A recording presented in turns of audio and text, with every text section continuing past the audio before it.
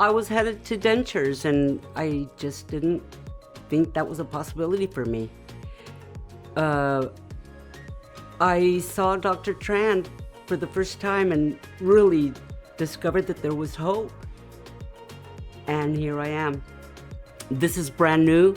Last night, for the first time, I saw my smile restored, and that is a hell of a feeling. I haven't eaten anything since my appointment last night here at Dr. Tran's, but I intend to do that today. So I think I'll go buy some apples and other things.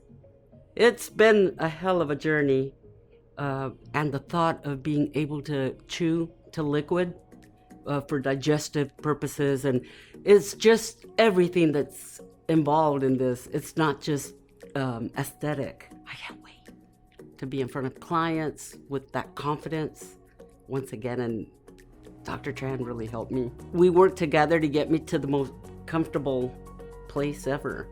Experienced some anxiety with the injections, but that's typical. I mean, take my blood and I have that anxiety. Wonderful experience. I loved him from the very day we met. I looked a little bit skeptical probably. He doesn't look old enough to be an experienced dentist. But in fact, wow, once people see it, they're not gonna believe it. Yeah.